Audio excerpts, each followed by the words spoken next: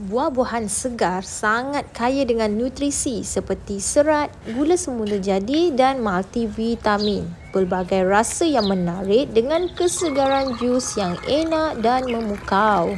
Harga buah-buahan segar terkadang boleh mengosongkan poket, terutamanya jika diimport dari luar negara.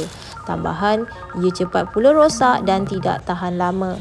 Tahukah anda, buah kering merupakan inisiatif terbaik untuk dijadikan pengganti buah-buahan yang segar. Rasanya yang tidak kurang sedikit pun seperti rasa buah semula jadi, menjadikan ia snack yang sihat sudah wujud sejak berabad lamanya.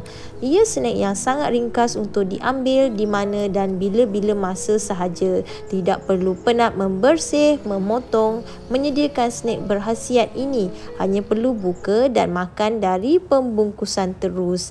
Selain itu, ia mampu bertahan lama berbanding buah-buahan segar.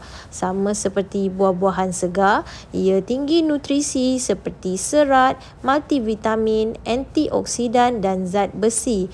Nutrisi yang penting untuk keperluan tubuh badan harian. Sekiranya anda mempunyai buah kering di rumah, anda boleh mencuba pelbagai resepi yang menarik. Lebih enak jika digabungkan dengan chia seeds dan oat menjadi snack atau sarapan superfood istimewa. Sepanjang minggu ini, Al Sultan Food menyediakan beberapa video resepi overnight oat untuk anda semua. Follow kami untuk video resepi enak yang menarik dan menyihatkan ini.